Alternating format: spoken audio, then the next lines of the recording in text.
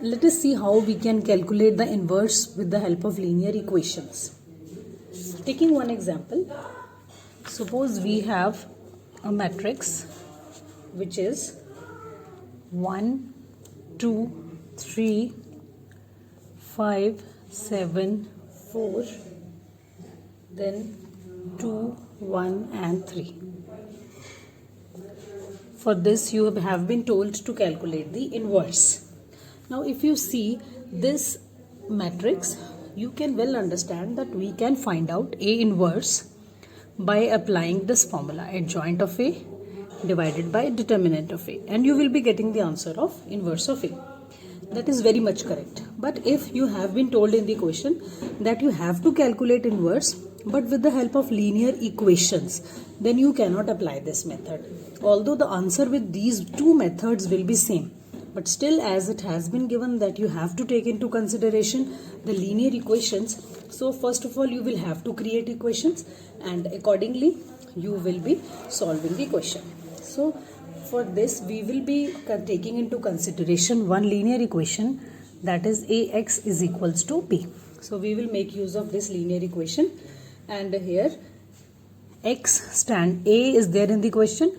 X stands for x1, x2, x3. Why till x3? Because this matrix is of 3 by 3 size. And B we will take B1, B2, B3. It will be same in every linear equations question. It will not change. These values will be same. If the matrix is a square matrix of 2 by 2, then we will take x1 and x2, B1 and B2. Now this matrix is of 3 by 3 size, so we will take till x3 and till B3. Now we will consider this equation. Now we will put these values into this equation. Ax is equals to B. First of all, put the value of A, that is 1, 2, 3, 5, 7, 4, 2, 1, 3. Then x value is x1, x2, x3 is equals to B1, B2, B3. From here you will find out the equations. How we will write down the equations? Equations will be, as you have already seen in case of multiplication, we used to multiply first with first, plus second with second, plus third with third. So from here we will create 3 equations. So first equation will be, now see, it will be x1 plus 2x2 plus 3x3 is equals to b1. So from here we have created our equation number 1. Equation number 2 will be, again how we used to multiply, 5x1, 7x2, 4x3 is equals to b2. This is equation number 2. And third will be 2x1 plus x2 plus 3x3 is equals to b3. So now we have find 3 equations, and with the help of these equations we are going to find the inverse. Now you need not do anything extra. You just have to simply solve these 3 equations by equating the equations, as you would have earlier been told in your earlier classes. Like how we used to equate the equations, we will delete one factor and we will try to find out the values of x1, x2 and x3 with the help of these 3 equations. Let's find that. If you look at these 3 equations carefully and you will try to find out which equations you want to use, you can make use of any equations, 1 and 2, 1 and 3, 2 and 3. Our purpose is to find out the values of x1, x2 and x3 anyhow. So if I look at equation number 1 and equation number 3, I can see that if I multiply the first equation with 2, at least I can delete x1. So I'll try to delete 1 or 2 variables and ultimately reaching at the value of third variable. So I can see from here, if I multiply this with 2 and I subtract these 2 equations, I can delete x1. So first of all I'll do that. So multiplying equation number 1 with 2, I will be getting 2x1 plus 4x2 plus 6x3 is equals to 2b1. So my equation number 1 will be changed like this, and I am going to write down equation number 3 as it is. plus 3x3 is equals to b3. So what I have done is I have multiplied first equation with 2 and then reduced the third equation from it. Alright, so now putting the negative signs here, this will be deleted. I will be left with 3x2 plus 3x3 is equals to 2b1 minus b3. This is my equation number 4. So I have reached here with 2 variables at least. Now I will try to reach with the same variables by putting some other effort. So it means I will try to delete x1 again from the equations so that I can reach at x2 and x3. So what I can do is I can make use of my first and second equation also. So what I will do is I will multiply my first equation with 5, then I will reduce second equation from it. So when I will multiply my first equation with 5, I am going to get 5x1 plus 10x2 plus 15x3 is equals to 5b1, and my second equation will be my second equation is 5x1 plus 7x2 plus 4x3 is equals to b2. Again I will be changing their signs and I will reach till 3x2. It will be positive 11x3 5b1 minus b2. So with this I reach at equation number 5. Now you can observe equation number 4 and equation number 5. We are left with two same variables in these equations. So if we will solve these two equations, we can ultimately get the answer of at least one variable. Let us see here. Our fourth equation was 3x2 plus 3x3 is equals to 2b1 minus b3, and my fifth equation is this 11x3 is equals to 5b1 minus b2.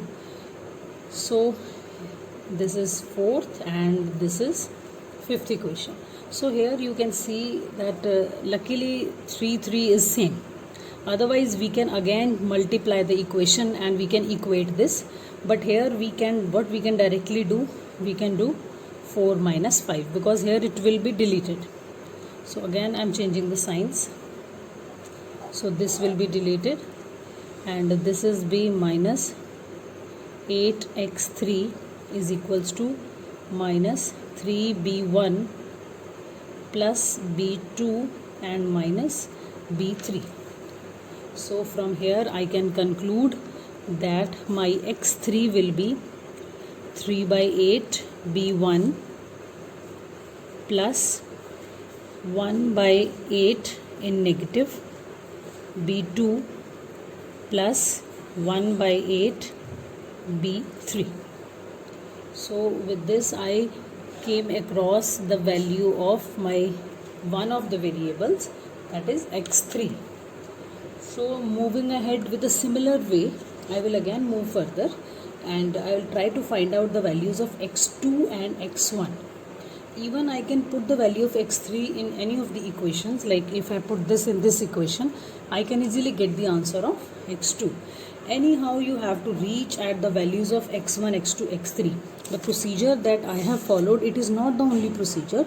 You can make use of your own brain and you can delete any element first. For example, I have deleted x1 first. You may delete x3 first. Then you can reach at x1 first.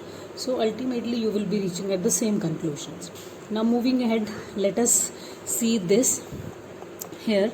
Here we have x2 and x3. Now instead of deleting it, we can find out the value of x2 if we will multiply this with 11 and this with 3. So it will be 33. It will be deleted, it won't be deleted. So we will again make use of fourth and fifth equation. So what am I going to do? I will multiply the fourth equation with 11 and fifth equation with 3, so that I can equate these two and I can delete these two. Let's see further. So after multiplying our equation number 4 with 11 and fifth with 3 and then reducing, we're going to reduce both of them. So I'm going to get these values. So let us change their signs because we are reducing. So this is going to be deleted now. So 33 minus 9 will be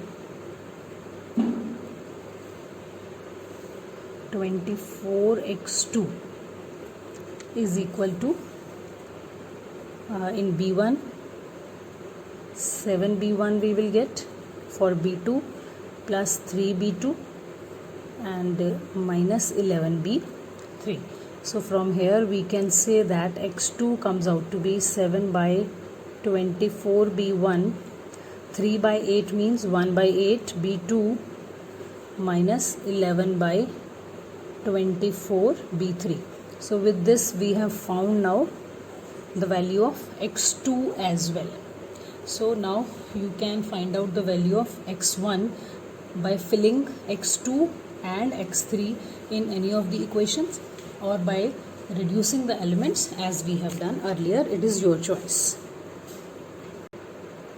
Now I will directly jump to the conclusion of x1. When you will put the value of x3 and x2 in any of the equations, the answer you are going to get is minus 17 by 24b1 plus 1 by 8 b2 and minus 13 by 24 b3. So this will be the third answer you will get after solving the equations or after putting the values in any of the equations. So now what will we do? We will just keep the answers at one place. Now we will note down the three answers at one place so that we can finally see what is the value of inverse of A. Let us write down the values at one place. So after writing these three together, what we can do is we can just segregate this. So these are the values of x1, x2 and x3. So now what we are going to do is we will keep x1, x2, x3 at one place. Then we will just take b1, b2, b3 out from here. So we will keep the values separate.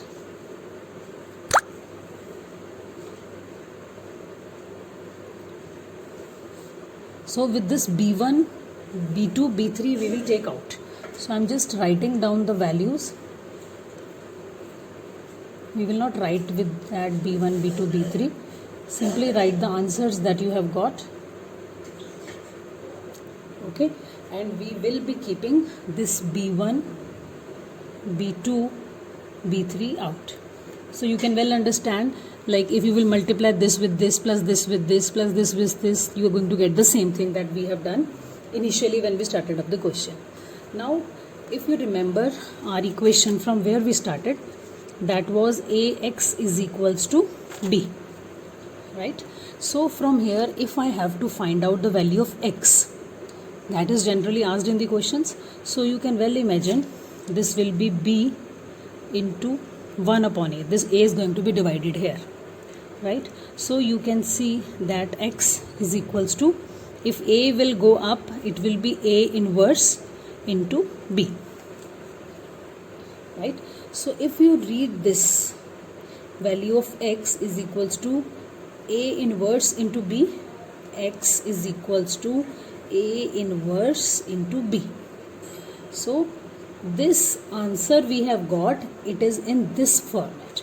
So ultimately from here we can conclude that this is the value of inverse that has been asked in the question. So after that you will be simply writing what is the answer of A inverse.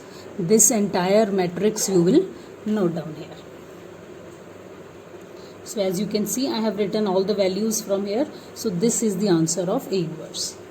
I will tell you again, if you will solve the question by simple inverse method, then also you are going to get the same answer. But as it was written in the question that we have to apply the linear equations method, that is why we have changed the question into linear equations and finally we reached at the inverse of A.